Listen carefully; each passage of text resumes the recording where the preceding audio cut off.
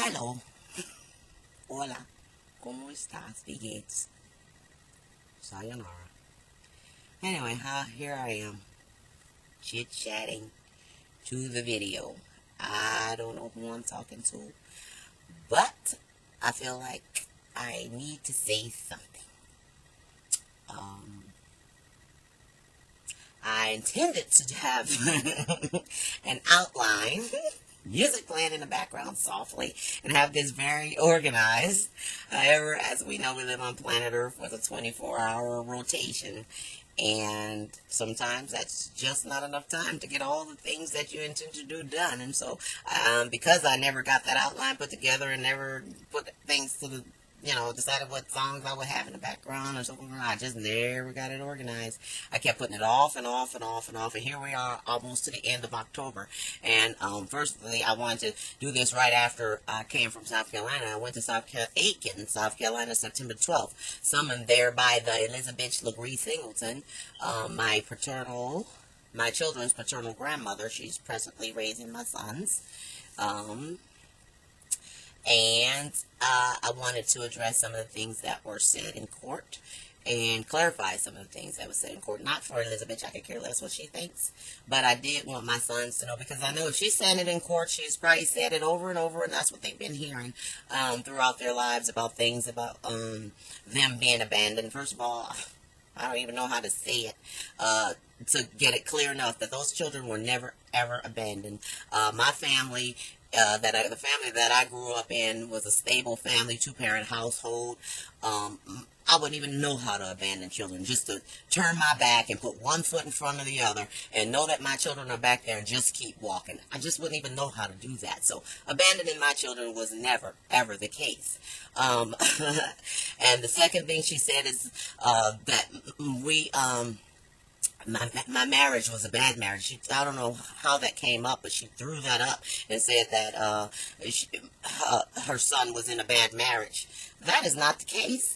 And there are people alive today that can give testimony contradicting that fact. If we erected Reggie's bones and sat him beside me today, Reggie would not even agree with that statement. We did not have a bad marriage, but that's neither here nor there. It's just a mere fact. And like I said, if these boys are ever interested in knowing their family's history, I mean, we spend a lot of time letting children learn their American history. We spend a lot of time letting them learn world history, their state history, the history of their city, the history of their school. Maybe we need to spend some time letting children know their family's history, especially today when things are so chaotic. Kids are growing up and they're angry. And what do you think they're angry about? I mean, just for in the news you see these stories about 15-year-olds. I mean, I remember just recently, probably within the last month, 3 or 4 15-year-olds just jumped on some disabled lady.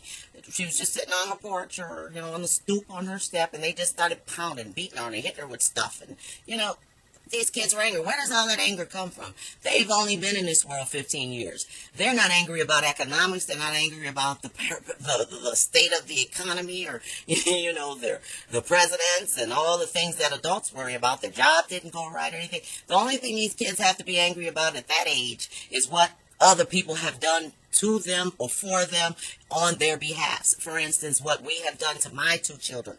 On their behalf, of course. Elizabeth Singleton dragging me to court, Aiken, South Carolina, acting on behalf of her family, which would be her and the 2 boys.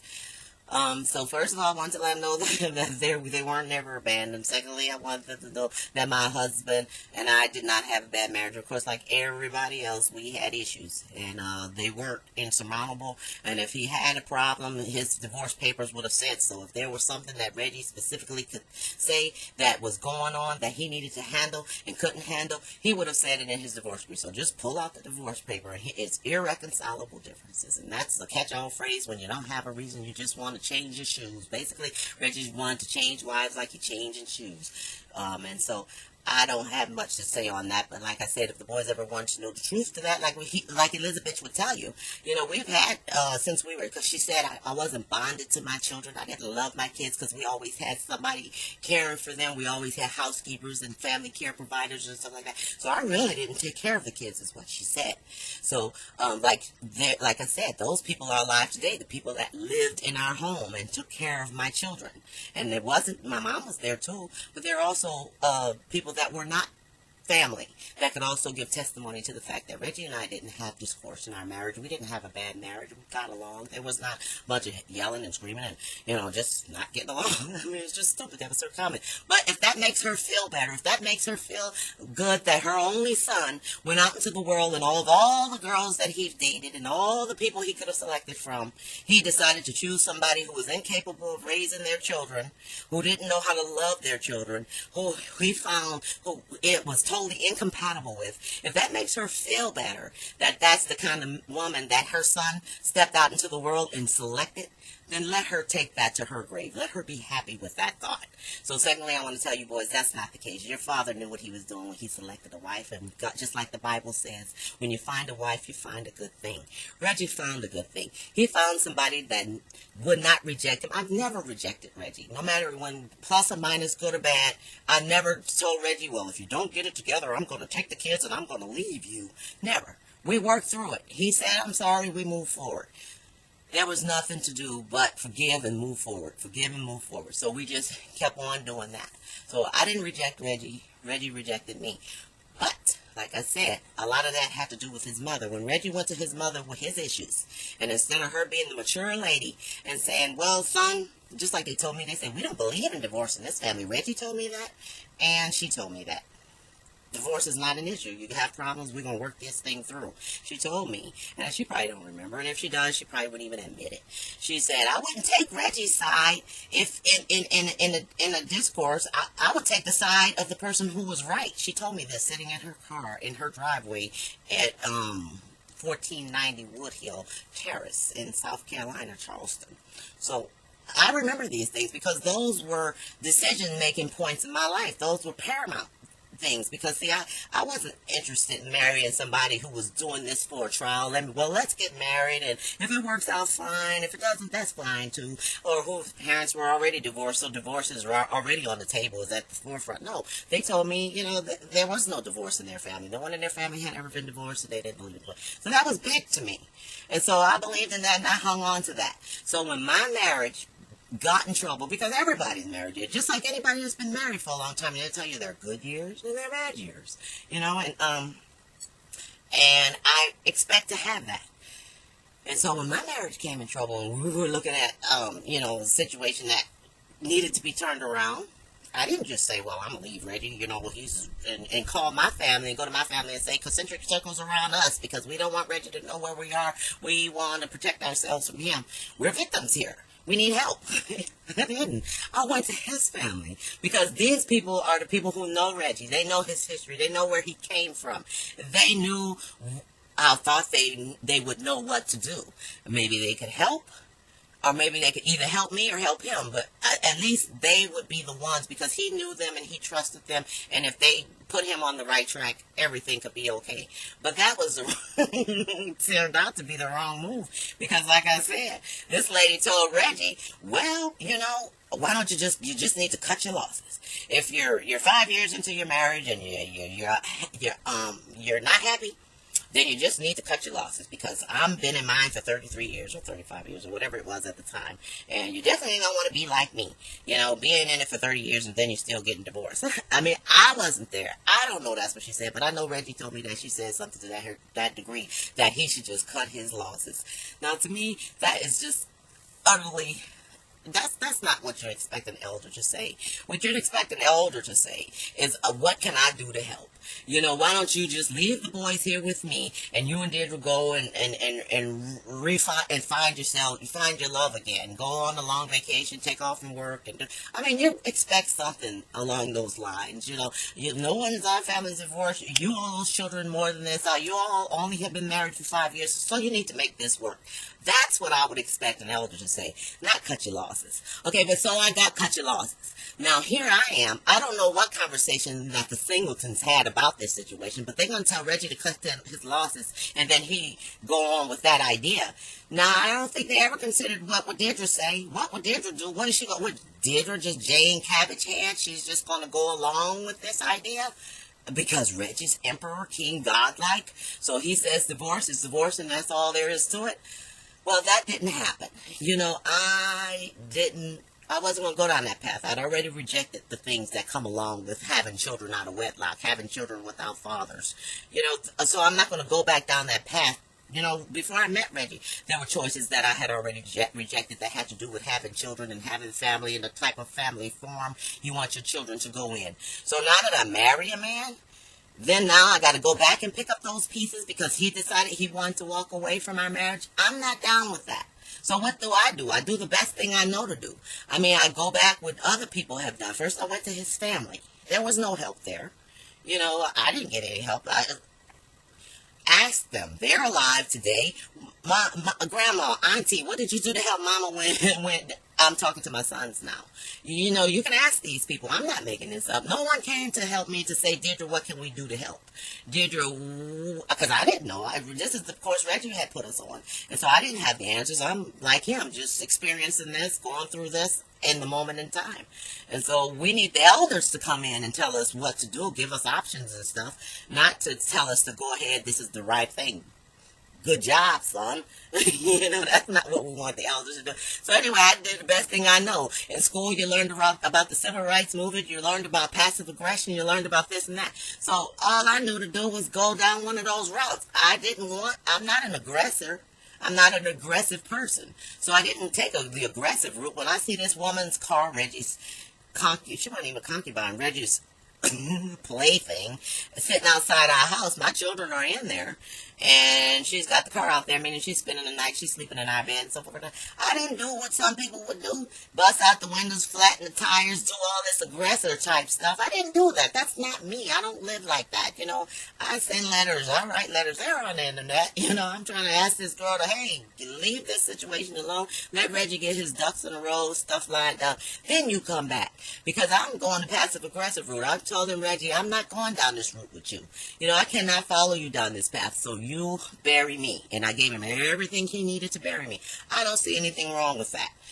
Because when I had children in matrimony, that meant all the variables that go along with having children outside of marriage were not there. Now Reggie's about to put me on the sideline to watch all the variables that goes with being married. And I don't have to go through that because, like I say, I don't have an outline, and I don't want this to be just a bunch of rambling and long talking. I got my watch on a little 10-minute ding ding, charm it every 10 minutes, so that I at least know kind of where I am as far as chit chatting. But like I said, we know the variables that go along with people not being married and what risk that is for children and stuff like that, as far as being molested and, and other things that can go along with that. And I'm not knowing this girl. I'm not knowing her family. I'm not knowing who her uncles are, who her brothers are, who her mother is, who her father is. So who is my children going to be exposed to when I'm not there? Because now he's got this mother figure there. And not only that, this girl was not a permanent as far as I know, because she didn't have a ring on her finger. Elizabeth calls her the fiance. But as far as I know, when you're someone's fiance, they give you a ring. So maybe she's engaged to be engaged, but that doesn't count to me. And not only that, I can remember I asked Reginald Terrence Singleton, MD, if he was going to marry this girl. And what he told me, and this was as late as he died in March, this was probably as late as like maybe March, December, probably November or October time frame in 2003. I say, is she the one? Are you going to marry her? He said, well, I don't know. We still have some issues to work out, And now this lady's already in the bed in my house where the children, not my house, that wasn't even his house. That was rental property. It was a rental castle, 4,000 square foot of rental space. So he's paying the rent there, $1,500 a month, to pay somebody else's mortgage. And I bring that up because to me that's important too. Because of the things that was said, basically. So anyway, I wasn't comfortable with that situation. First of all, if things don't work out between them, then my children have to go through the discourse and all the trouble that you go through, with the breakups and we're not getting along, and then they got to see all that. And how is she going to act when she's mad at Reggie? How is she going to act towards my children? So when he's broken up with this one, who's he bringing into the house next? I mean, he was exercising no discretion as far as who's coming in to his bedroom with my sons under the roof. And like I said, that's too many variables. I wasn't comfortable with that. So before I sit on the sideline and watch that and cry those tears, You're going to bury me. I don't see that as being insane. First of all, I don't want you to do that. What I want you to do is straighten up and fly right. Get back in line and come back to center so we can walk down the path that we were on. It was an imperfect path, but it was a path nonetheless, and it's where we started. We both had the same idea that we wanted our children to be born in wedlock, and we wanted them to be growing up and being raised in the nurture and admonition of the Lord and know about Christ and keep things as Christian and as honorable as we could. So Reggie was way off center, and all I wanted to do is get that man back to center. It didn't care who was right, who was wrong. I'll say I'm sorry, even though I had nothing to be sorry for, but I'll say it. And so I did. And all I needed was his family to be on board with that one. They were not uncle, not aunt, not cousin, not sister, no one. I'm by myself with this. So anyway, so that's how we ended up with you gonna bury me situation. And that's how, and so I don't see that. And she came up with that and told that to the judge. Well, she was this and that, and she about giving him everything he needed to bury her. And so, yes, I did, because before I follow Reggie down this path, bury me, because I cannot always decide what tears I will cry, but I can decide which tears I won't cry. And I will not be crying the tears of a woman who can't keep her man in line.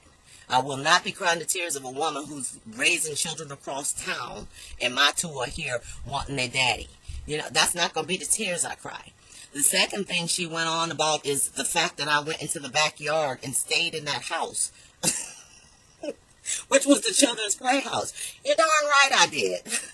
Okay, to you all boys, if you're listening or if you heard her say that probably over the years, you probably heard her say that. I know you probably think I'm crazy, but she probably wants you to think I'm crazy, but I'm not crazy. I just know what I want, and I'm not a victim, and sometimes when you're not victims, you look like you're crazy, because everybody understands a victim. Boo-hoo, wah, crying, and helpless and stuff. I'm not helpless. I stayed in that backyard house because that's the only house your daddy provided for us as a family. We lived in nice homes when we were together and when we were married, but those houses and apartments, they were rented. We lived in rental properties throughout our marriage. That last house we lived in, he bought a child's playhouse. It was a nice playhouse. He spent like $500 or $600. Could have been $700 at Home Depot for that house. And you boys probably remember, you were old enough. That's the one thing good about this marriage. We hung on long enough for you all to be able to remember some things. I mean, I'm sure it's all faint and faded, but you remember some things. I know you remember that house in your backyard. That was the only house your father ever provided for us. The 10-minute mark. I may have been going 15 minutes because it started right at the beginning. In fact, look, I've been going 20 minutes. I guess that's okay. I'm going to try and stop at 30. But basically, I don't care about going out. If I'm saying what I have to say and it's somewhat, not so rambly, I think I'll be okay. But I don't want to ramble too much. And like I said, I wish I had an outline and I wish I had it organized. But there's only 24 hours on this planet and there's just so much to do.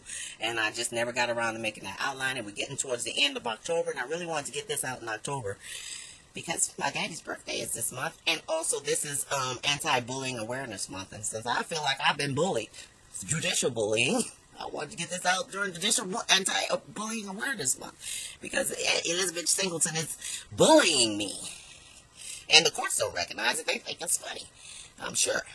Like I said, I'm scared of Elizabeth. Yes, I am scared that she's too stupid to realize that she need not to be antagonizing people. I mean, anyway, that's going off onto another tangent. I'm living stable, and I want to continue to live that way. But by her interjecting herself in my life, and it's just a course of catastrophe. It's just inciting catastrophe, and we need not do that. It's time to grow up. She didn't learn it the first time when we had this going on, and I asked for her help before. I don't think she's capable of learning. Anyway, I am going off into a tangent. I forgot what I was talking about. It has something to do with what? Golly. Oh, the house in the backyard. Yes, you all remember the house in the backyard. Like I said, that's the only house Reggie had provided for us since we were married. So when I decided to, decided that, bury me because, I'm not going down that path, just like any dog will do. Even rats, you throw them out the house, they'll come back to the last house they were in, the house that they know, to die if they're near death. A dog, if a dog go out he lives at home and he goes out, get into a fight, he gets sick, he gonna crawl back to the last house he know where home is. Well, that's me. I was out there near death. I was dying. I put myself on the path, like I said, I wasn't suicidal. I didn't kill myself, but natural causes, if I can't eat, I won't eat. I didn't have any food. If Reggie didn't feed me, and he didn't, I wouldn't eat. I wouldn't have food. So I was dying. And when I thought I was ready to, I was at the point where I was having dreams and I was seeing my life before me. I was thinking, and the reason how I knew it was my life is because it was people in that life, in those dreams, in those moments that were flying before me that I hadn't seen or known since kindergarten. So I knew it was my life. People I hadn't even thought about since kindergarten, I was like, yeah, that's my life. And so I think I'm dying. So I went on home and I crawled into that backyard, and that's the house that we had, that we lived in, that was ours, and so, but guess what? I got evicted from there. Reggie wouldn't even let me stay in the kids' playhouse. He, as a physician, go to work every day, and he sent mothers home to their children by doing different things, saving their lives. I've seen him save lives, you know what I mean? Do things that could have ended up, a person could die on the table. But they call him, man, Dr. Singleton, we need you in R, such and such. And he go in and do what needs to be done. And that person goes home after, whatever, after their recovery period. So he brings mothers back home to their children. But for whatever reason, he wasn't willing to save my life. He wasn't willing to bring me back home to my children. So I suppose, I can only guess, when he talked to my father, because I did. I gave him everything he needed to bury me. And he told me that it's not his job to bury me. That's my parents' job. He said he's divorced from me. And so my parents need to be the ones to bury me. I don't know. But I'm sure when my dad went over to talk to him on March 18th about whatever it was he needed to talk to him about, because Reggie was the only one who could turn this thing around, because I already decided that, no, I'm not going to sit back and watch this.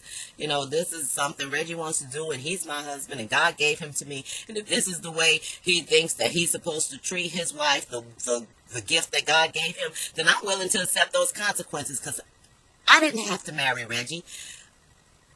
I didn't marry Reggie because I needed him. I married Reggie because I loved him. There was no pregnancy involved. I wasn't in a state that, oh God, I need to get married because I want my children to be born in wedlock, so I'm going to go ahead. There was no pregnancy when Reggie and I got married. I was not pregnant. We did get pregnant right away. Now, he told me to stop taking the birth control pill. I was taking the birth control pill, and I was perfectly happy to continue to take the birth control because I thought we should wait a year before we got pregnant. He said no. He said because of my age, I was at advanced maternal age, and he knows that once you reach a certain age, he's OBGYN. He said then the baby's got to go through so much. You got to do amniocentesis, and it's a high-risk pregnancy, and so forth. So he didn't want me to go through that, so he asked me to go ahead and stop taking the pills now so we can have the baby right away. And I don't know, maybe he shared that information with his family, maybe he did not, I don't know, but that's what he told me. And so I don't want anybody to think that I was pregnant when I got married, because we had that baby so quick, they might think, oh, she must have been pregnant when they got married. Look at my wedding pictures, probably 110. You know how you do when you get ready to get married, you get skinny. And so I got down right at 110 or so, maybe 120, I don't remember. But basically, I was not, and so I did not have to marry him. That's why I say I was willing to accept the consequences, because I accepted his proposal. I didn't have to. I could have said, I'm not marrying you. But no, he made a good show. He presented himself like a gentleman, a charming man, like he had a foundation, like he was ready to do the right thing for the long haul. He wasn't no child when he married me. He knew what it meant to be married and what it all entailed. He knew that there were ups and downs. So really, I just thought he knew what he was getting into. So I did accept his proposal. So by accepting his proposal, I was willing to accept the consequences that went along with it. And if that meant me dying because I'm not following him down this road of divorce, I was ready for it. Jesus can take me home. And then Reggie will explain that when he gets there. Why I got there so early, prematurely, or what have you. But anyway, but I think when my dad went to talk to him, I think he probably said that same foolish thing to my papa. He probably said, I'm not going to bury her. You and Miss Grace are going to be the one to bury her. Just like any other father. A dad, a mom, parents are not ready to bury their children. So I don't know how that went. I guess maybe we all know how that went. But like I said, I can only surmise. But that's not the outcome I wanted for my sons. You know, I wanted my sons to be. But I'm not going to be mad at my dad either. Because like I said, everybody's not a victim. And that's why I wanted to get this up. Because some people are warriors. And my dad had a warrior mentality. You know, he's not going to be a victim. If he got to have something to say, he's going to get to say. You know, he's going to take. And when it comes to protecting your children and protecting your family, my dad always said that. My dad said something to the effect about being in a square in a cardboard box. And if you got friends, his family friends, they're just like family to him. He named them the family friends, the people that we had. And he said, and I'm just going to change the name just for privacy, I guess, because I don't want these people's names to be showing up. But he said if Caroline and them were under my box, and that would be family friends, they get my protection too. And you know, if all I had, he would say something like, if all I had was a square box to offer, Caroline and them are welcome to come and stay with me in my cardboard box, and they get the protection. They get my protection in that cardboard box. And so that's the way my dad was. He was a protector. He was a defender. He was a provider and protector of his home, provider and protector of his family. There's no shame in that. But that's why I come up and want to have this say on before the end of October, because October is Anti-Bullying Awareness Month. And judicial bullying is bullying that people never even think of, but I feel like I've been judicially bullied. I feel like I continue to be judicially bullied. First of all, we know about the bullying where the kids are picking on each other in the playground and pushing and pulling and taking stuff and knocking things on people. Okay. We all know that bullying. We know about the cyberbullying, anonymous people getting on the internet saying ugly stuff about kids and just getting that cyberbullying going on. But what we don't know about, and what people, I'm sure, I know that I'm not the only one who have experienced this, is the type of bullying that I'm getting from Elizabeth Singleton. Meaning that basically her summoning me, like I'm here in my own space, minding I've already done my time probation and stuff as a felon because I went to kidnap my children. This lady took my children from court. She made up the story. She did what she needed to do in Texas. I can't change that. I'm not trying to affect that. That's already happened. I wish that we could go back and look at those court documents and see how skewed they are in favor. People, if I had money, believe me, this would not have happened. Our court systems is definitely geared to the wealthy and people that have resources and people. And this lady had resources because she had monies that I didn't have. I mean, you know, from different aspects, you know, I mean, she didn't have many money on her own. I mean, but when folks died, of course she had money, and she had money to deal with in court. Plus, this social work, she's a social worker, so she had, those were her colleagues that they were dealing with in court. So the deck was stacked against me, and I can't do anything about that. I did the best I can at the time to try and get my children back. It didn't work out for me, but I'm not embittered over it. All I can do is move forward from it, and I just know that I did the best I can. When my children look back, they'll know that I did the best I can. And so, but like I said, I did my time as a felon. Once I lost my custody of my children, no, I take that back. It wasn't custody of my children. I lost my parental rights. And see, I regret even going to court in 2004. I never should have went to court in 2004. I should have just, when I realized this lady took my children out of Texas, I should have just showed my black behind up in Charleston, South Carolina, and got my kids back then, or at least tried. But at least if I would have gotten arrested, I'd have still been a parent to my children. You know, but I didn't. Naturally, you know, you grow up, you learn to respect the law and stuff like that. So the law said that she can have them for a minute, custody, you know, so you stand in court and jump through these hoops and do everything that's required, and then we'll see. You know, I did that. I just didn't have an inkling that I could lose custody of my kids. I never done anything wrong to my children. I never did anything harmful to my kids. I never abandoned my kids. But the fact that I left them with their father is what she's calling abandoning them. Like I said, she said that in court too. She abandoned these kids and she left them with my son, the doctor. And she know he works lots of hours. Okay?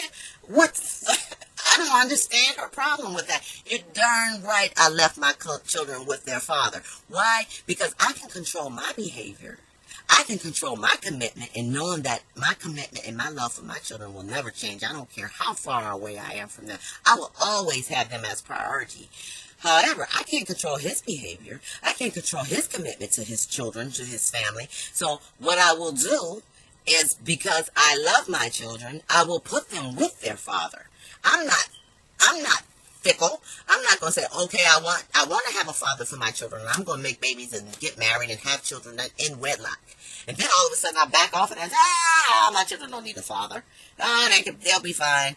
No, I thought it was important for my children to have a father before they were born, while they were in utero, and I still thought it was important for them to have their father in their lives post utero and while they were growing up.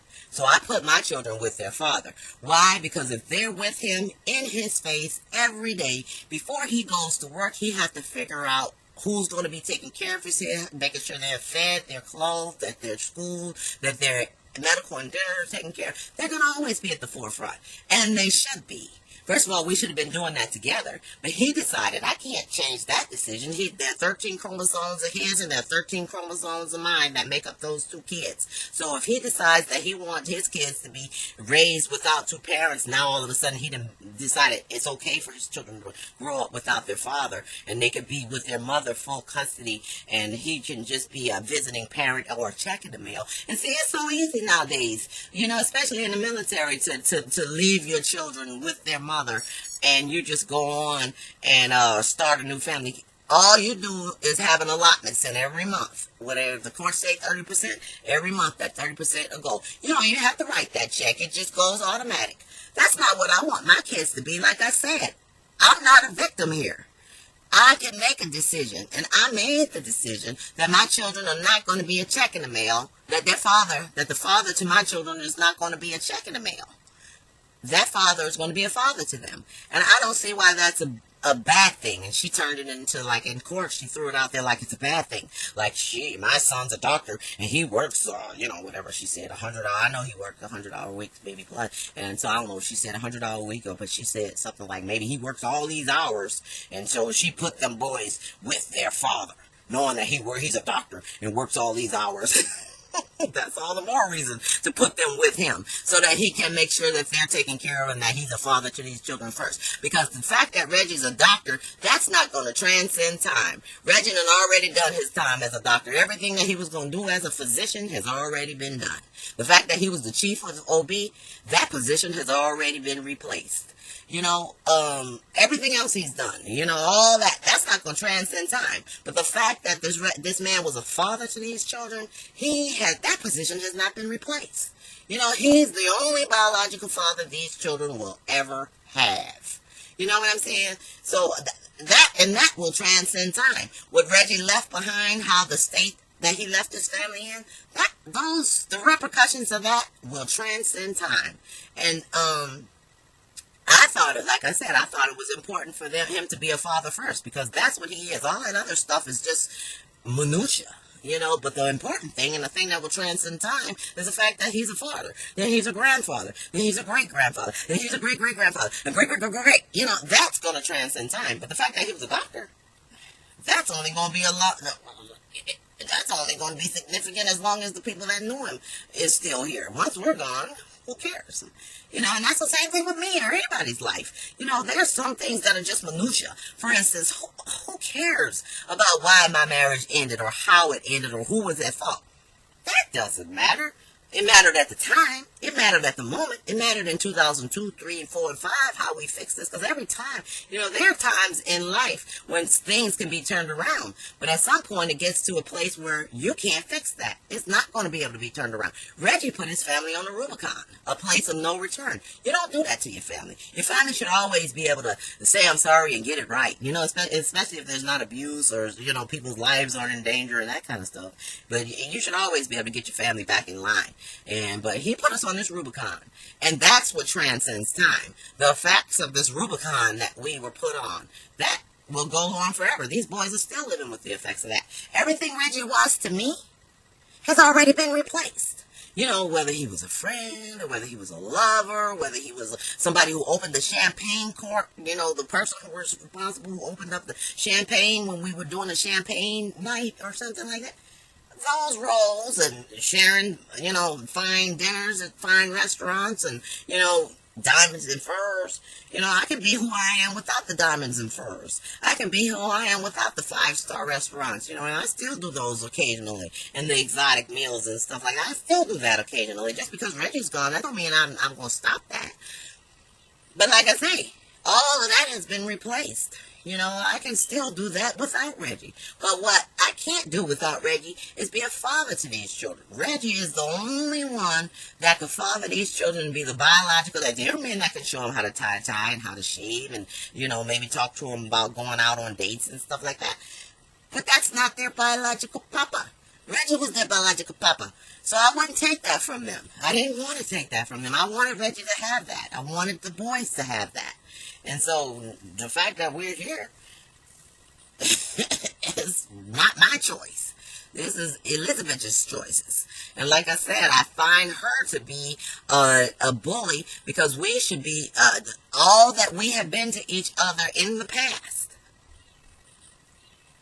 And the outcome that we've seen from our relationship, the best thing she can do for those children is to steer clear and keep our existences apart. I don't know why she continues to think it's a good idea to keep putting her name on court documents next to mine.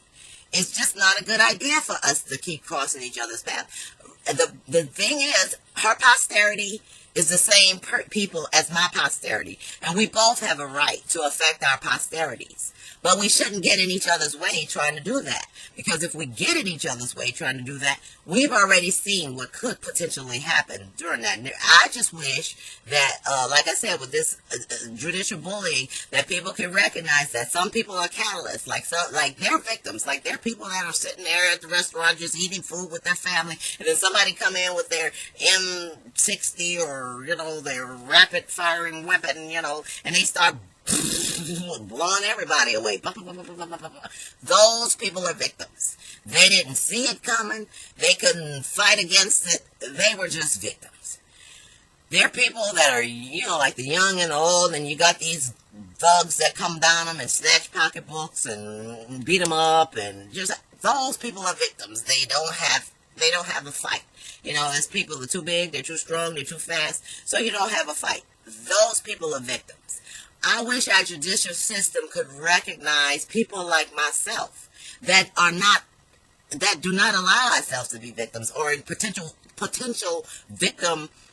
victimizing situations. We flip it around so that we are not victims. That don't make me like I'm a felon right now. I'm a felon because I went to get my children after I did everything under God's green earth to try and keep my children, to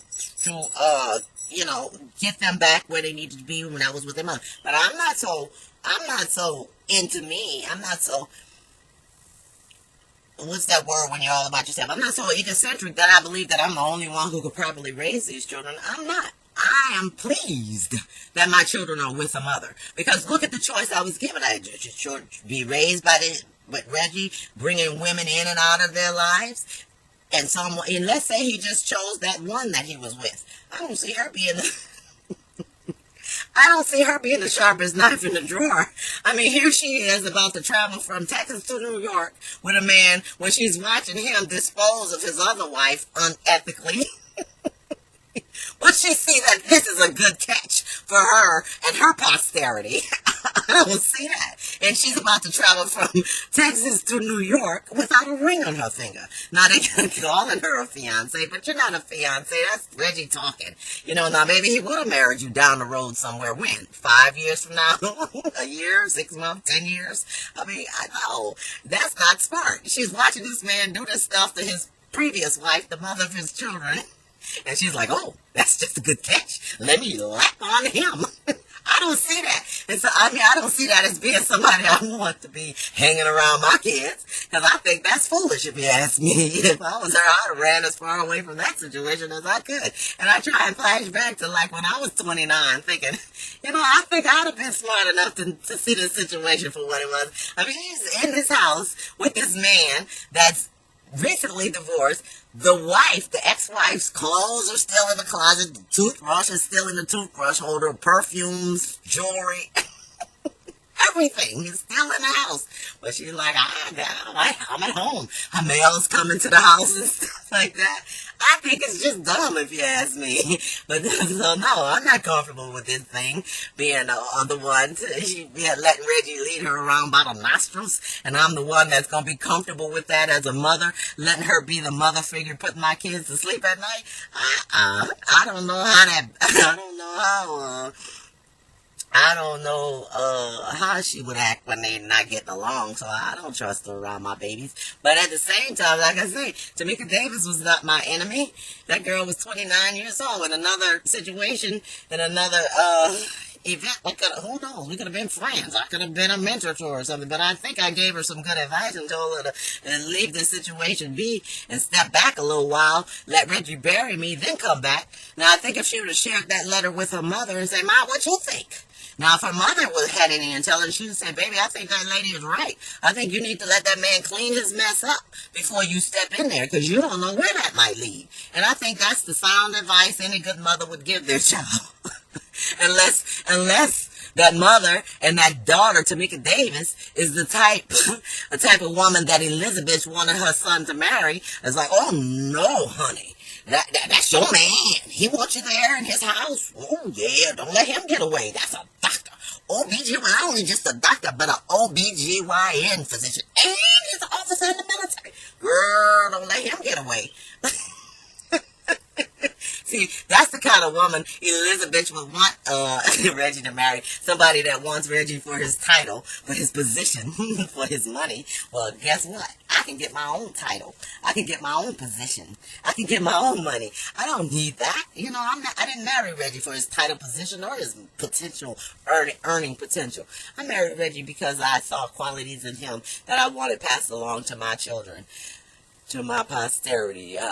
And so forth. And he was a charming fellow at the time, and he was on track, and he looked like Reggie is not a victim. Reggie is a warrior, just like me. You know what I'm saying? I know Reggie. Elizabeth know Reggie the boy. I know Reggie. I'm going on 41 minutes, so I think I'm gonna go to an hour, and I'm gonna stop. And I'm going to let this go, because I think I'm staying on track. I'm pretty much saying what I want to say. But at the same time, I do want to get that point across about the judicial bullying. Basically, like I said, I define what victims really are. But then there are those people that are catalysts. You meaning that they poke and poke and poke at you, and they bother you. And then when you whop them, backslap them, beat them down, or whatever the case may be, now then they want to wave the victim's banner and say, "I'm a victim. She beat me up. She did this to me." And so that's kind of what Elizabeth is doing. And the courts take their side, of course, because they look like a victim. Yeah, Elizabeth looked like a victim. She looked like somebody who lost her son to somebody deranged. No, I wasn't deranged. I set myself up in a place to not be a victim. I was not going to cry the tears of certain things, like I said, I'd already said. So I was like, bury me before you send me down that path. I'm not going to cry these predetermined tears, because you already know what tears you're going to cry if I'm going down the path Reggie's taking me down. I'd already rejected a lot of stuff on that path before I even knew Reggie. So I'm not going to go back and start picking up those choices that I had already rejected just because he, emperor, godlike, decided that he wants to trial marriage and then make me and my boys an experiment. And so now I'm going to go down this path and cry these predetermined tears. No, I might not want that situation, but I already know what's down that road. So I'm not going. This path here that's never been walked, I may not know what's down that road, but I'd rather go down that road and find out what's down there and cry the tears that are going to be on that path, because I had some say in it. It's about having a say. I want a say in my life. I don't want to just walk down the path that you're leading me down just because you ain't got your act together or because your foundation is shaky. Reggie knew what he was doing. Reggie stepped out and he found the woman that could have given our children a very firm and very strong foundation, because Reggie accepted things in his family that were good.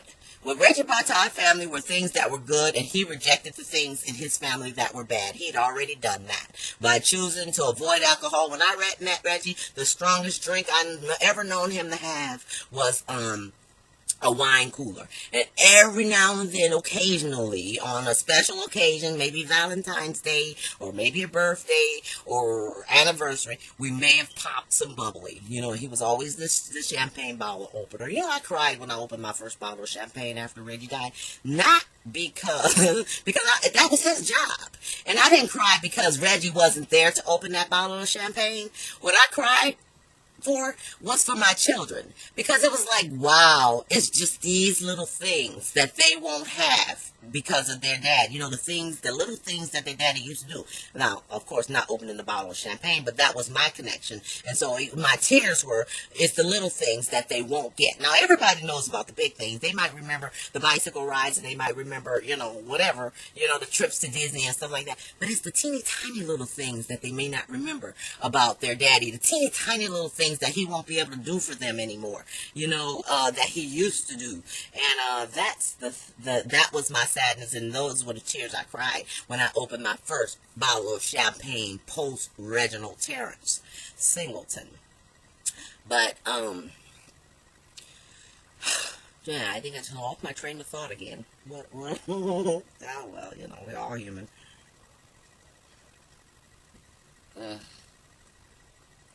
But it's one of those things. I forgot what I was about to say. I forgot what I was talking about. And I'm not experienced enough with this video, like if I stop it, to be able to start it up again, and to check it out, rewind it to where I was, and then pick it back up. So, basically, I guess, what I will have wanted to say, I guess I talked about the judicial, and like I said about waving that banner, you come under this, you be a catalyst to this crazy stuff, and that's what she was. She was a catalyst to inciting all this business between Reggie and I. If Reggie left to himself, the man that I knew, Reggie would have came back to center. I know that for a fact, because Reggie is an honorable person, and he wanted an honorable family. He wanted an honorable family. He wanted a family to be envied. Of course, I know that about the man I married. And so, he wouldn't have wanted that. If we had Reggie's bones right here beside us today, and we talked about where his family is now and where he had wanted them to go, he would not say, I'm so pleased, I'm so proud, this makes me happy. No, Reggie would not be happy with this situation at all. He would have wanted something, like I said, to be envied. He would have wanted a family to be envied. And it is not. And like I say, Elizabeth was the catalyst to this. She incited Reggie into the direction that he was going in. If left to himself, Reggie would have not been on this course. But then now, Reggie find himself dead, not because I wanted him dead, but because of the choices that he made, the consequences of his own behavior. Now, Elizabeth Singleton told Reggie when I was out there dying, she told Reggie, and Reggie consulted her, hey, what should I do? I don't know what he said to her. But basically what he told me, she said, is what my mom said. He told me that when I came in one day, half dead and dying and needing, and he fed me some soup. He said, well, my mom said, if you out there and you die, that has nothing to do with me. That's because you wanted to die, or something to that effect, meaning that is not my fault. Meaning, I guess he checked with his mother to find out where it would fit in scripture. I don't know. You know, if she die out there, is it my fault? And of course his mother said, no, baby, it's not your fault. If she die out there, she's the one who played. So anyway, that's how that turned out. So now she want to flip this around. Reggie is the one who put us on this road. He put us in this Rubicon. He put us in this situation, but he ended up dying. She's not happy with the situation, so now she's not happy and she's not at peace. She's a victim. She says she's scared of me. I think you should be scared of me. I don't think that's a negative thing. That's not a bad thing. If you take somebody's children, if somebody give you their children, or if somebody abandoned their children and walk away from them, then of course, the court should protect you. Oh, yeah, she gave those children away. She abandoned those children. You did the right thing. You saved those children. So now you got the whole court system behind you to protect you from the crazy woman.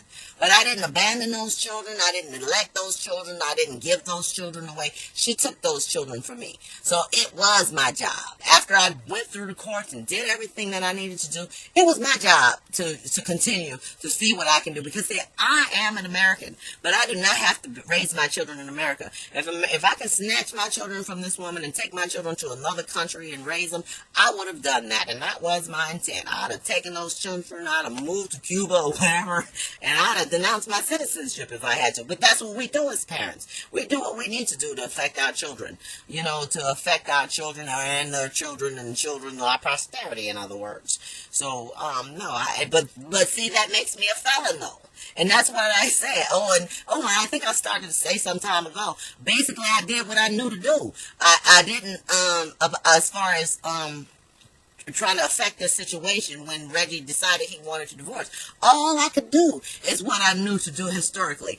I wasn't involved in any civil rights movement. I wasn't alive then. I wasn't a slave. I never knew anything about slavery or anything like that. But in civil rights movement, what we learned in school is there was this passive resistance. And so I did passive resistance. I moved in that house, like I said, the only house we owned, until I got evicted from that house. They pulled me away. I didn't leave. I got pulled out of that house and put in a police car, sent, evaluated, then they released me. I didn't go back home. I stayed in the thing. I stayed in the woods or whatever until, I don't know, I guess I got a letter from my dad or something, and that brought me back home. Went to see Dad. He was in the hospital. Some kind of way I got back into the real world and didn't die in the woods. Is where I would have died, in the woods under the tree, in our favorite place. That's where we hung out. Reggie and I, we done some woods. She acted like Survivor. She acted like surviving, knowing how to survive. Being in austere conditions is a negative. This lady, I'm talking about the Elizabeth, in court, that's what she said. Oh, she knows how to live in the woods and do this and do that and all this negative stuff.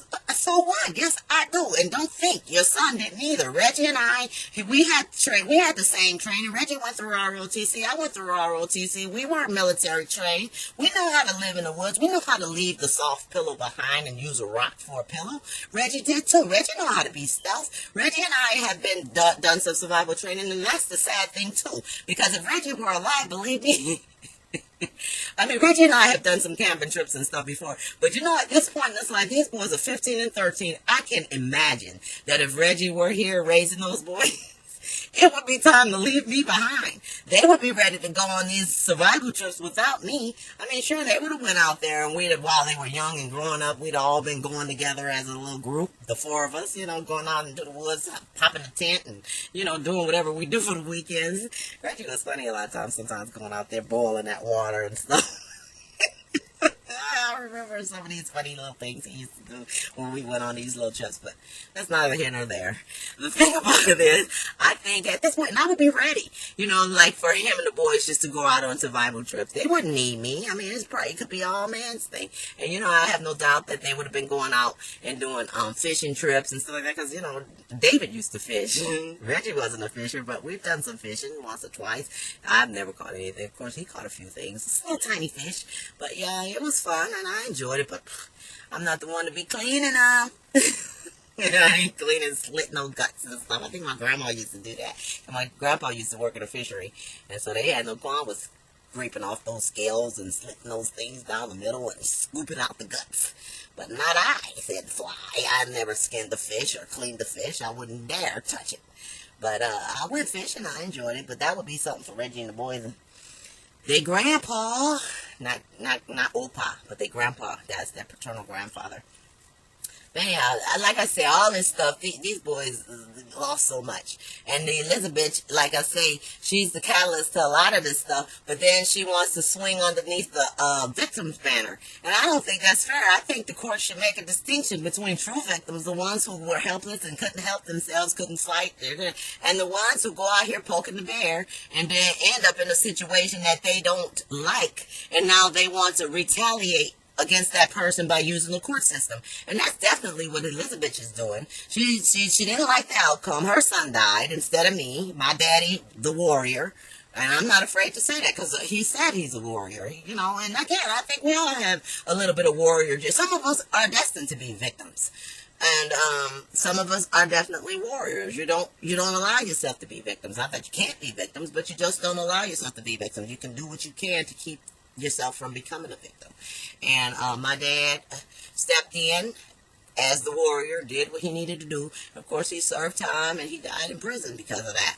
But my dad, all his life, he's never been in jail. He's never been in jail. He didn't have a prison record before all this happened, but he did what he needed to do. It was me die or Reggie die, it seemed, because I was not coming back. I was not changing my mind, because I was not going to watch my family go down this course. That's just was a given.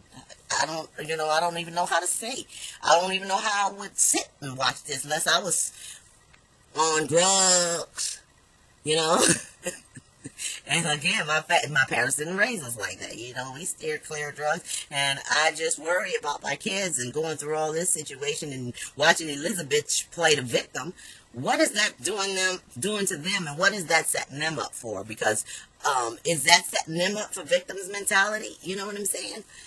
Because you have to have a victim mentality, really, to sit here and wave this banner. And Elizabeth has been a victim all her life. She was a victim when she was growing up, and her son, Reginald Terrence Singleton, played the hero. And that's the role he played in his family. See, I had to study Reggie and his situation when our family started going down the tubes to find out what's really going on here. See, Reggie was the son of an alcoholic. I knew his father was an alcoholic, but I didn't know there were sequelae that went along with it. I didn't know that, how that might affect my family. I never even looked into it until things started going cuckoo. And so then I did look into it. My dad put me on that track. Look up this word, look up that word. That's the way my dad kind of did things. He didn't just feed you information. He said, hey, check into this, look up that, read that. And I started doing some reading, and I found out, Reggie had those symptoms. The hero, he was the hero child in a dysfunctional family of an alcoholic. Nothing's wrong with that. Like I said, Reggie was a warrior too. Reggie overcame, just like David, prompts. Even though David was an alcoholic, when I met David was sober.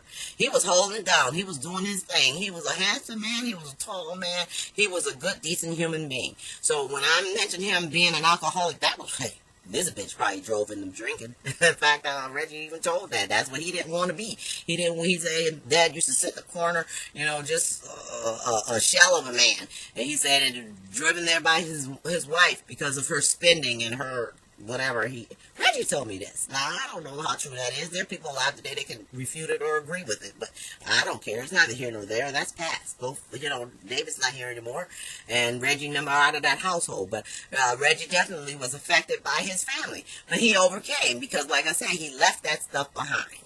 And when he started his family, Reggie didn't come into our home as an alcoholic. Now, he may have driven me to insanity. Which he did.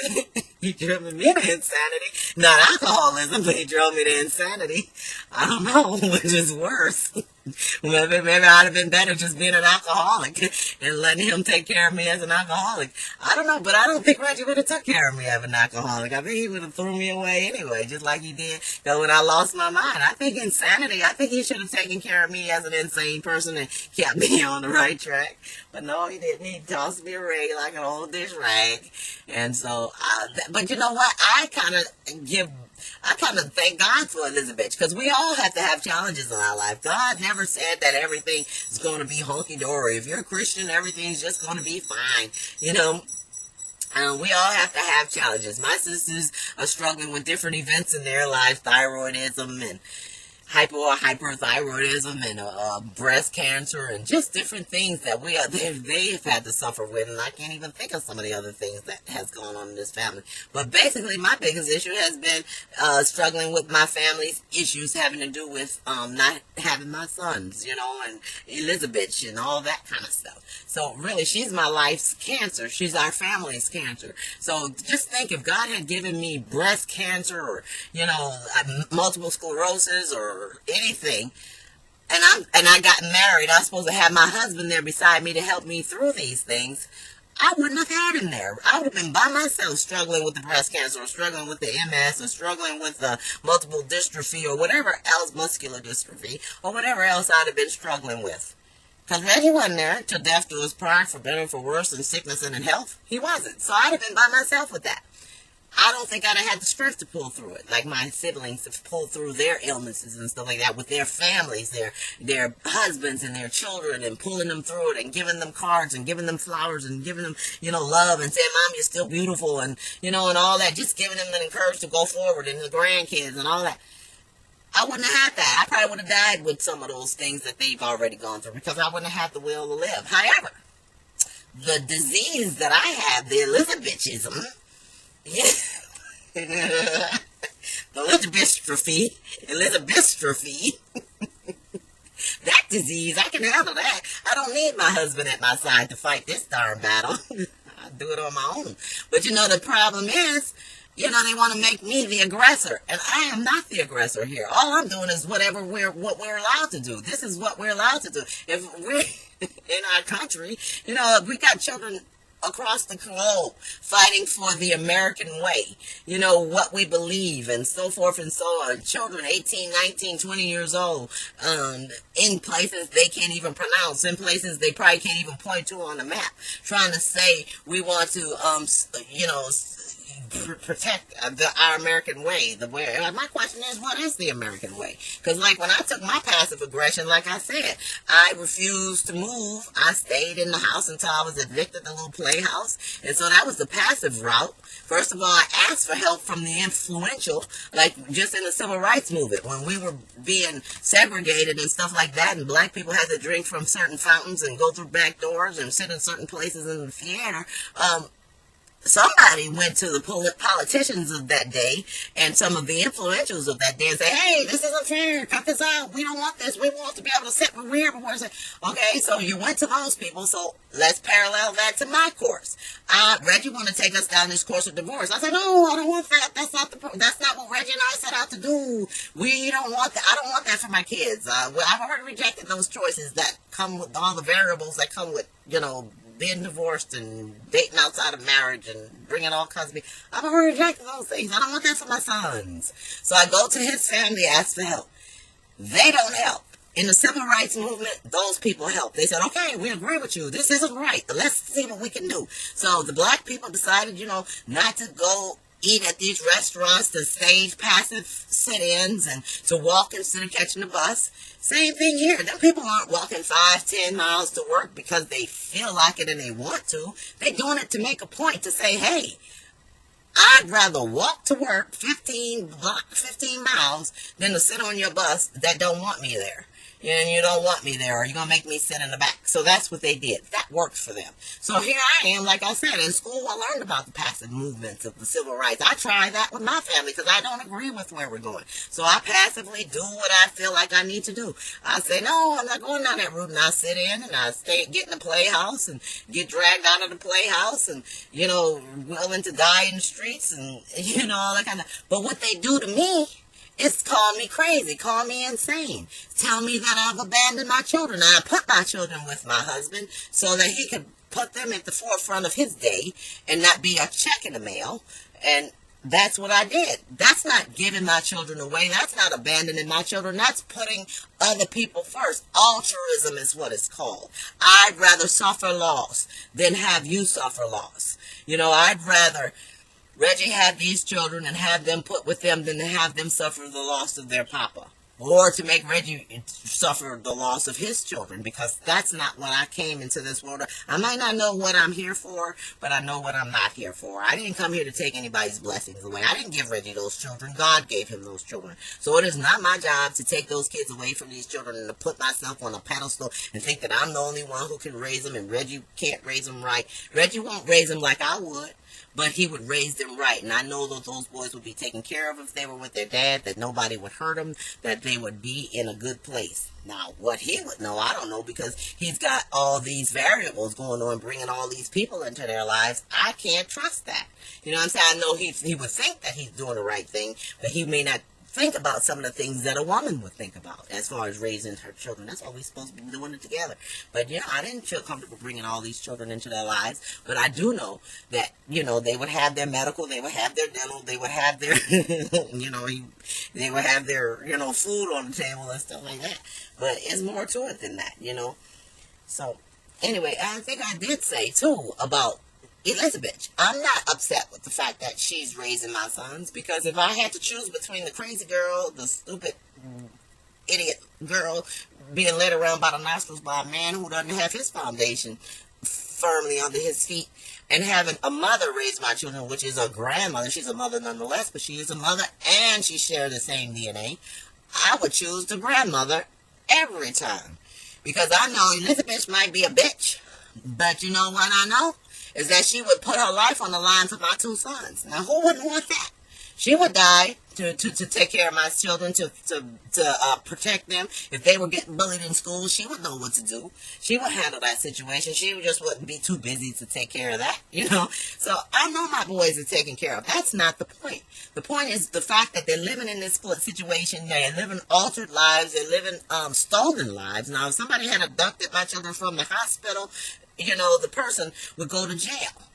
You know, if someone had abducted my children on the way to school, you know, trying to catch the bus, the person, they would go to jail once you discover this 10 years later, you know, 5 years later or whatever. The truth of the matter is this lady went to court and abducted my children just because she can get around the court system better than me. And even people on death row get to, you know, appeal their sentences for, you know, 10 years before they get sentenced to die. I think my children should have a right to look into their case. I think there should be an attorney ad litem. Now, if I had abandoned these children and there was no word from me, or left these children, there was no word from me, but I've been protesting and fighting this all along. Ever since it happened, I've been fighting this battle. And I think when you get to a certain point, and I'm off probation, those children, my oldest one is 15 years old now, the youngest one is 13, they're old enough to have a say. I mean, they're young, conscientious young men.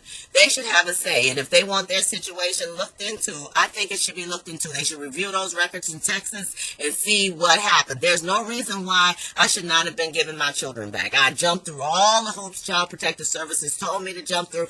I had a house in Texas to keep those children in had they been given to me, and I still have a house in Texas to bring those children to. If they were given back to me. But I wouldn't want to disrupt that. I'm not trying to tell you. I would move to Aiken, South Carolina to keep them where they need to be so that, you know, they can. I like the stability for those boys. I'm not trying to take them away and bring them to Philadelphia or bring them to Texas. I'd move my behind to Aiken, South Carolina and take care of my boys there, or at least be there for visitation, and so that they can get to know their mother. But then at the same time, like I say, I come there, I need the protection of these people telling this lady to stay on parallel courses with me. You know, these children are old enough now to be able to protect themselves. If they got fear that I can hurt my children, and God knows, you can look in the records and see that there's nothing I've ever done to harm my children. But like I said, they're old enough, they can speak. They're old enough, they're probably bigger than me, they're stronger than me, so they're not in any danger. Of course, they can even have supervised visits. So I just think and hope that anybody that's watching this that got any knowledge about the law, because I don't have any. Like I said, I'm sitting here making this video, and I've got a restraining order against me, and I promise you, I'm not trying to be, ignore that restraining order or be disrespectful. I don't even understand that restraining order. You know, it's handed to me. My name is on it. It's written in English, but I don't know what it means. I know it means no physical contact, but I don't have any need to have any physical contact with Elizabeth. I could care less. I'd rather never have any. I would rather her not ever be in my presence. I think that's the best thing for both of us. But I don't need to be in her physical presence. But I do think that these children should have an option to try and at least connect with their family. And if they don't want to have anything to do with them, they're old enough to have a say. And I don't want to have anything to do with that lady. You know what I'm saying? Especially after once they got to at least meet me once and see and hear me say that I never left you, I never abandoned you. Those boys have a subconscious memory, even if it's not conscious, what they remember. Because a lot of stuff that they know has already been, has already been given to them by Elizabeth and what they've heard over the years. They've now, at 7 years, been with her just as long as they've been with me. And so she has certainly affected their thought processes.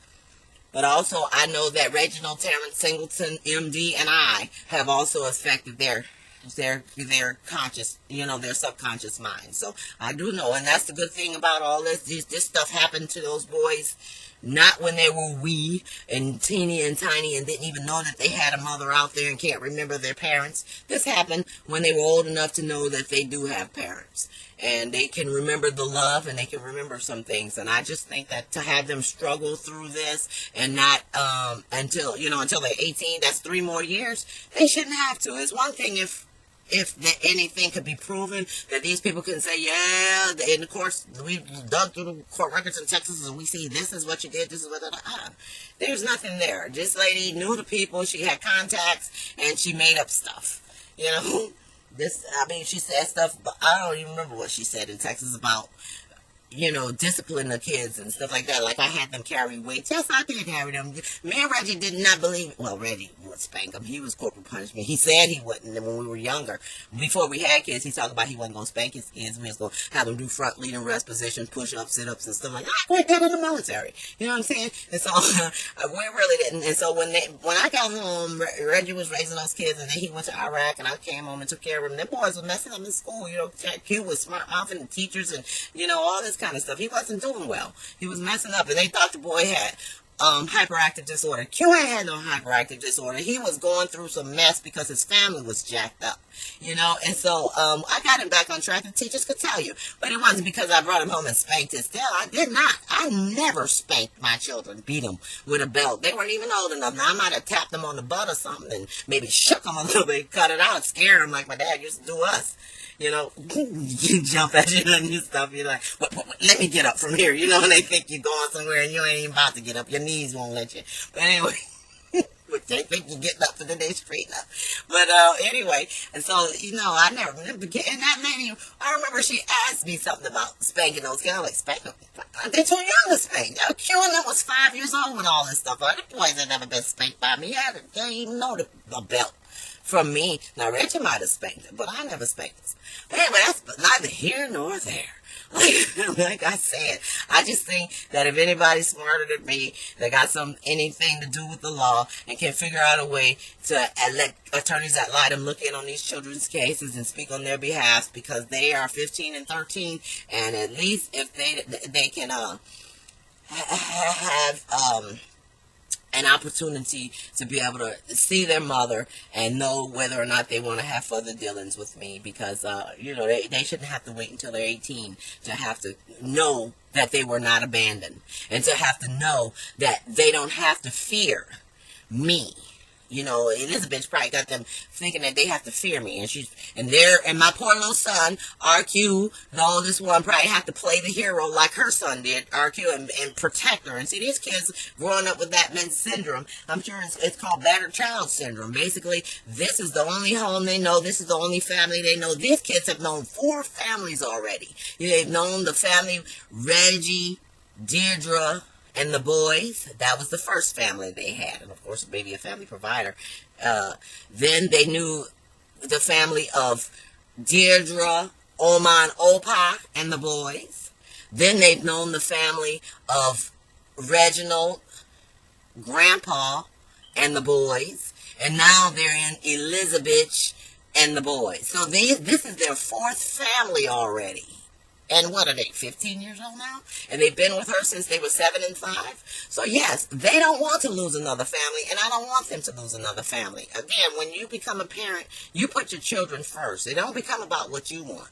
If it was about what I want, we wouldn't even be here, because I'd have been perfectly happy to go ahead and get on this course of divorce, get my paycheck. I've been working full-time as a nurse, making $70,000 a year, plus the 30% I get from him. I'd have been over $100,000 a year. I've been making 6 figures. That's easy for me to do. I wouldn't mind. Shoot. There's nothing Reggie offered me that I couldn't, replace. But what he meant to my children was something that I couldn't replace. That's why this course of divorce was not okay with me. It wasn't about me. And so if anybody could even phantom that idea, it's too over. Elizabeth just said she'll never get that close. She'll never get that idea that, it wasn't never about Deidre or Reggie. She think this is about Reggie. Like, if Deidre couldn't have him, she didn't want anybody else to have him. She she even said in court?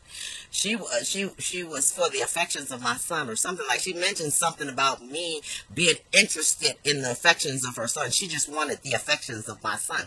If all I wanted was the affections of her son, I could have went to the pet store and bought a snake to get those type of affections. I didn't want the affections of her son. What I wanted Reggie to do is straighten up and fly right and be the man that he was when I met him. Not something that, not her little boy, not being beholden to the fears of his mother. See, his mother was worried about the fact that, well, if you get divorced, I wouldn't see my grandkids, and so she wanted to affect that fear, and she did. And by encouraging him to do the things that he did, the way that he did, and she certainly did affect things, and she's got her grandkids. And so what's the problem? So why she got to be thinking that it's a good idea to keep putting her name on court documents with my name? Why don't she just be happy with the way things turned out? These are the consequences of your choices. Reggie's got the consequences of his choices. I got the consequences of my choices. Now let's just make decisions that are in the best interest of the children. And what's in the best interest of the children is for us to stay on parallel courses. Because the truth of the matter is, those boys love you. They will miss her. And I say you being, the boys love their grandmother. They know their grandmother. And they will be affected if she didn't come home at night. They don't know me. They don't know me. They will not be affected if I did not come home at night. So I would have to lose all the sensitivities of a mother to go out and do something to Elizabeth. So she's going out with this restraining order thing. I'm scared of Deidre. I'm scared she's going to do this. She's trained in this and she's trained in that. There's nothing wrong with being trained in martial arts. I tell you what, martial arts, people that are trained in martial arts are some of the most disciplined people, because we know better than to get out there and to just randomly get in a fight with somebody. You don't want to do that. You don't want to just be. A lot of times people trained in martial arts are going to be the hot-tempered people. People that just, at the strike of a button, just going to jump up and, pop you in your jugular. You know what I'm saying? And nobody's going to do that. Or your trach, I should say.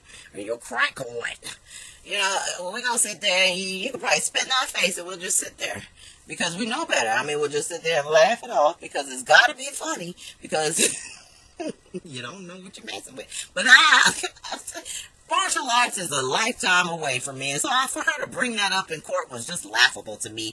Because, I'm not a threat to anybody because of my martial arts training. Yes, I did train in martial arts. And I had earned a black belt a lifetime ago. What was that, 2002? Something like that. What does that mean? I didn't go any further than that. I ain't got no 5th degree. I would love. Had my life been stable, you darn straight back, I would have gone further in martial arts. In fact, Reggie said he was going to join. He and I, and of course it would have been me and the boys at some point when they got old enough, we'd all been joining. I had one day had the aspirations to even open up a martial arts school. I think that would have been cool. Of course, Reggie and I had things worked out for us. I'm sure that would have been something that we would have ventured off into. That would have been an easy do. Especially as the kids got older, they could have been running some of the classes and stuff.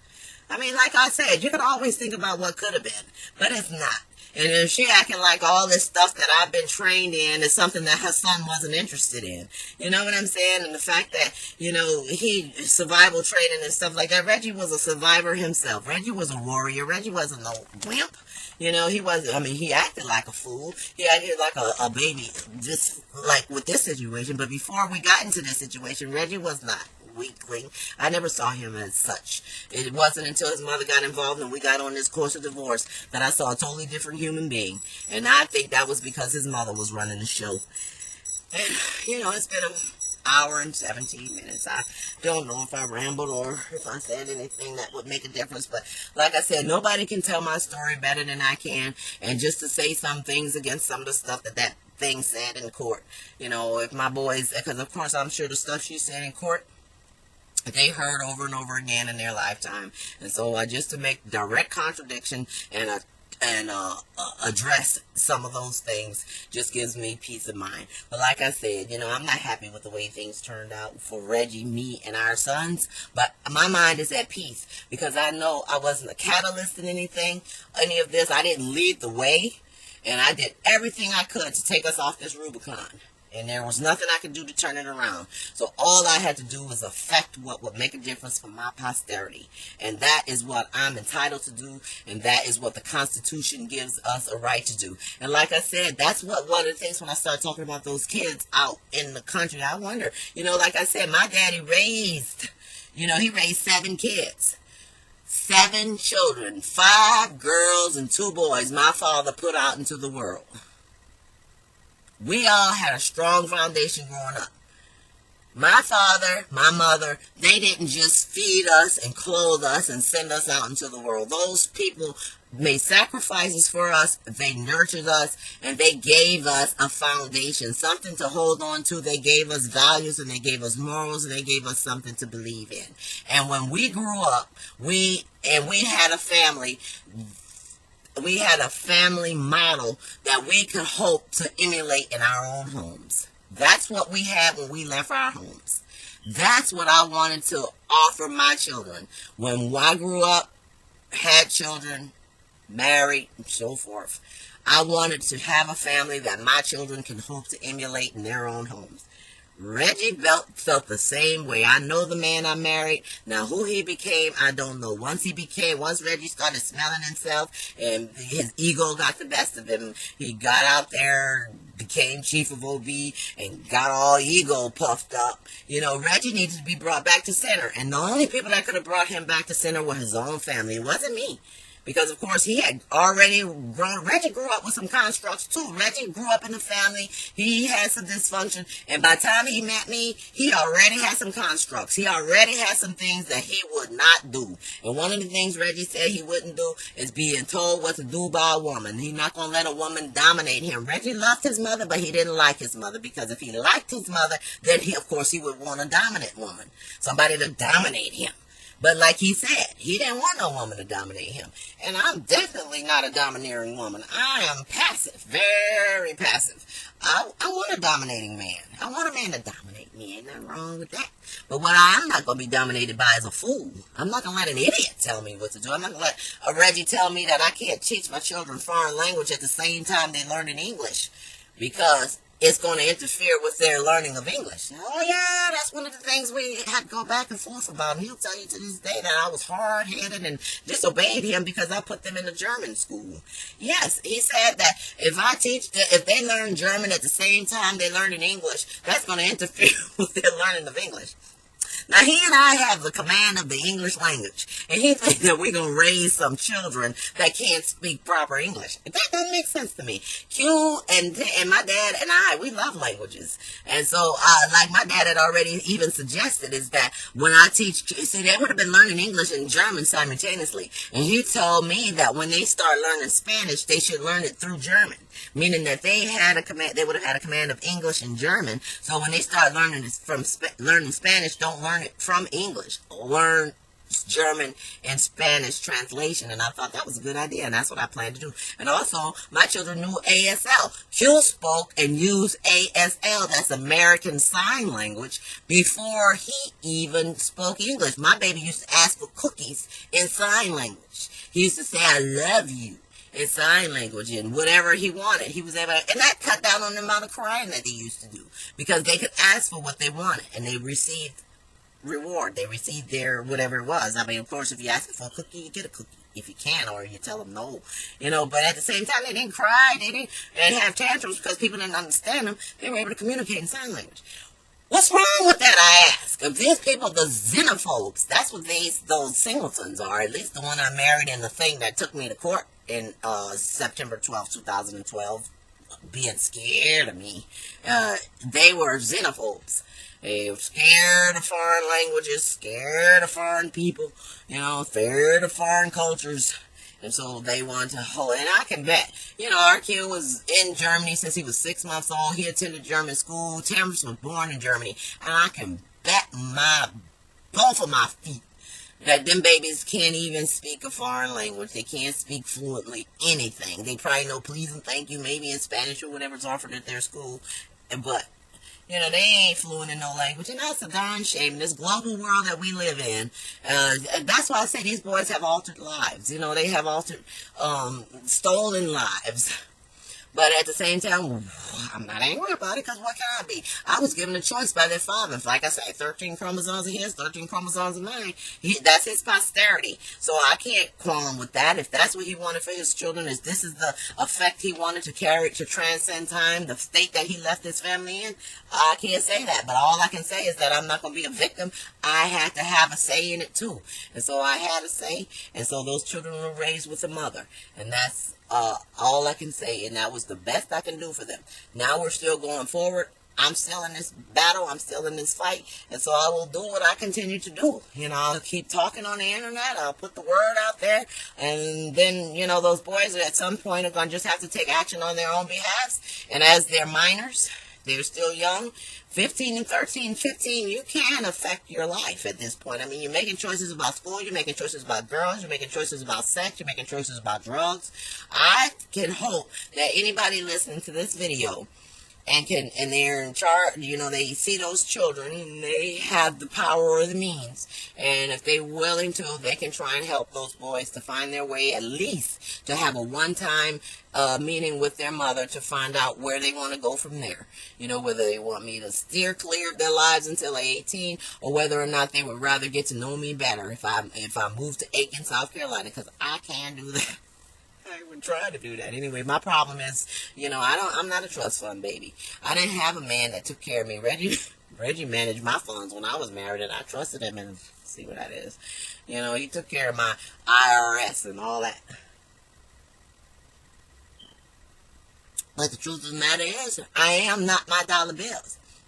I'm my parents' children, I am my parents' children. My foundation and my character and all that I am is who I am, whether or not I'm making $20,000 a year or whether or not I'm making $100,000 a year.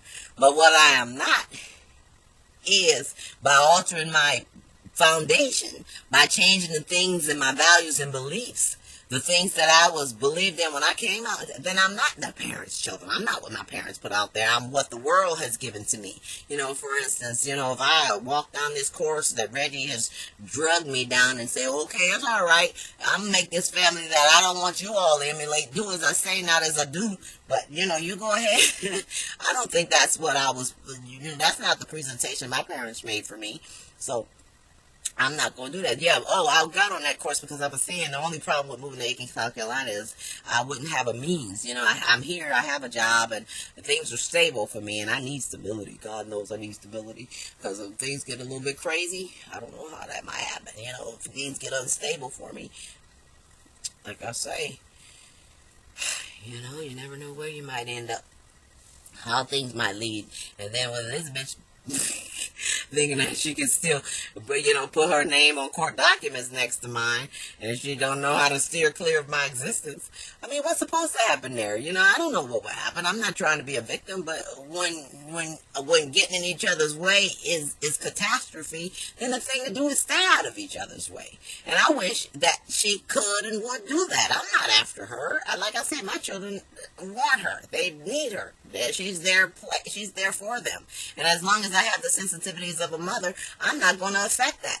But there will come a day when those boys are independent and they don't need her. And she has not decided that it's not a good idea to keep affecting her, keep presenting herself in my life or on the page with me.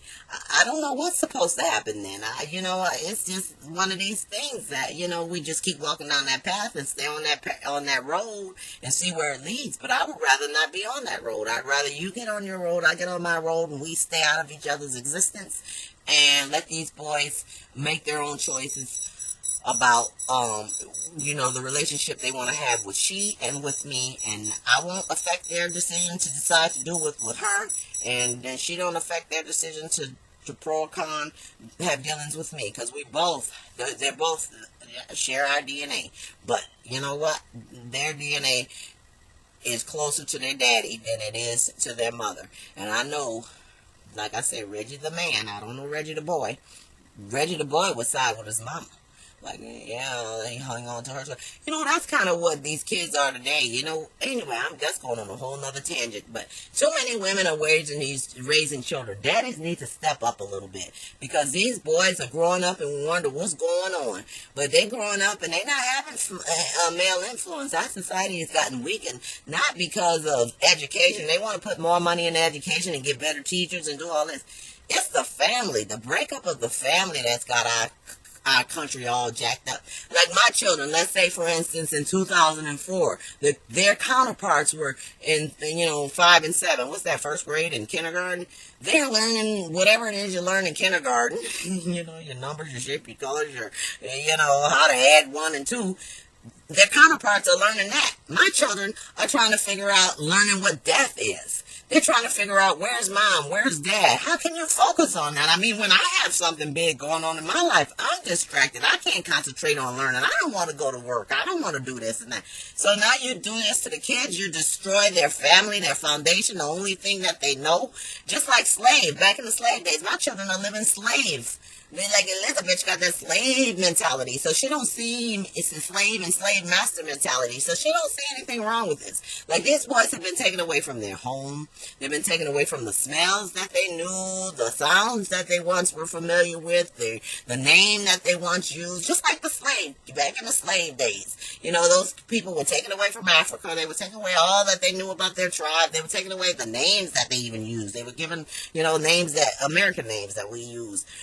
Same thing here. These boys were given new names and all that. At least Q was, because they don't call him Q, they call him Reginald. But I'm not affected by that because there's only one Reginald now. Back when there were 2 Reginalds, I didn't want my child called Reginald. I didn't think that was cool.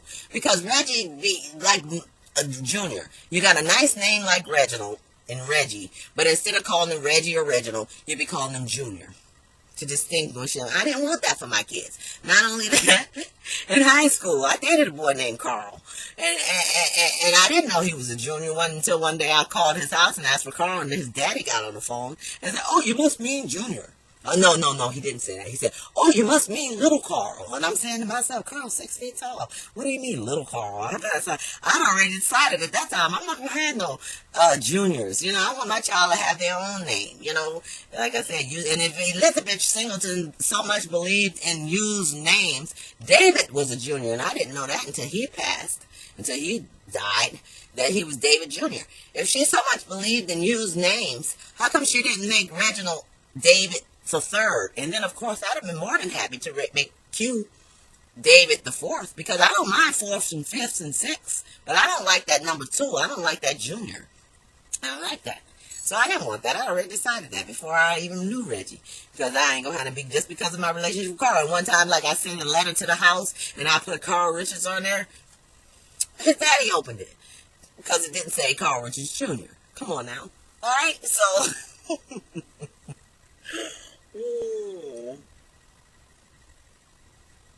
Anyway, I shouldn't use those names, but anyway, I don't think it's a bad thing. It's just what it is. Well, anyway, I think I've said enough. I really should get into some homework. What time is it? I hear my watch beeping. But, anyway, all I can say is my love for my boys is immense and it's eternal. And if I don't see them in this land, in this world, on this side of the planet, then I will definitely, if there's life after death,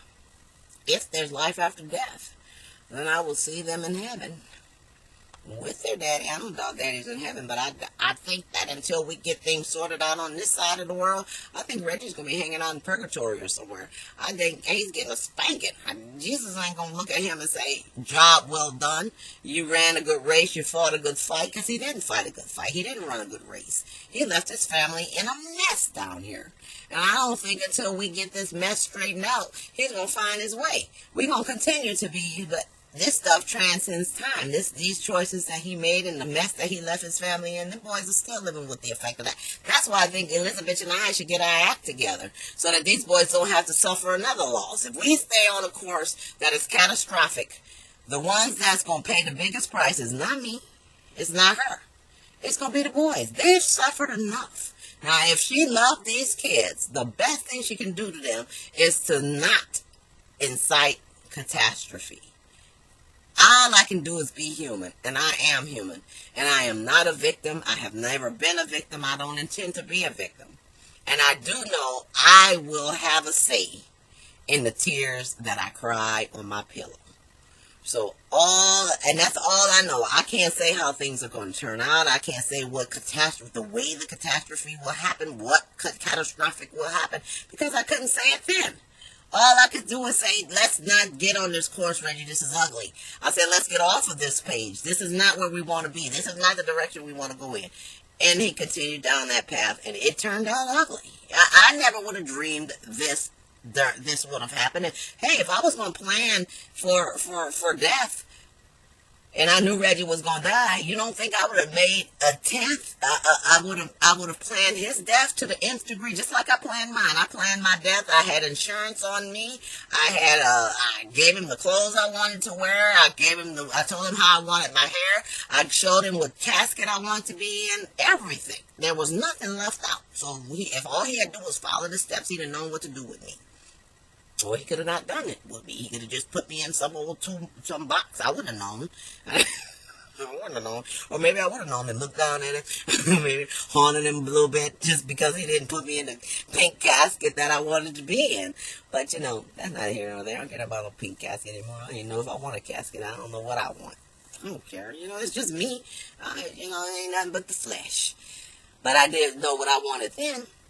But like I said, I don't even care. At this point, it is what it is. Give me the VA funeral, But, I don't know why I started talking about that, what I was talking about. But anyway, I lost my train of thought again. I was saying, catastrophic. Talking about catastrophe. Oh, like I said, I didn't know how things would end up then. If I had, I would have made a plan for both. I would have said, oh, my dead body or yours. I never said or yours. Because I never planned on Reggie dying. I thought he'd be here. I thought he'd outlive me. I thought he'd raise these boys, even in his own sick, his own altered path, but he'd have been there for them. And not a bad thing. I wouldn't care. As long as they would have been with a parent. But like I say, with this Elizabeth thing, the courts can laugh and say, ha, ha, ha, I don't know why you want to call yourself a victim. It's funny, but it's not funny. I do feel like a victim because this lady is incited all this stuff. She's got the outcome that she didn't happen, that she didn't care for. Now she's using the courts as her means of, I don't know what I was going to say.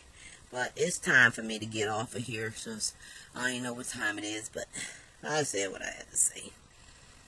And life goes on. Maybe I'll say something more later. Maybe I won't. Oh well, babies, I love you forever and ever and ever. Even if you don't love me or care to ever get to know me, that's your choice. This is your world too, and you get a say. Mwah. I love you.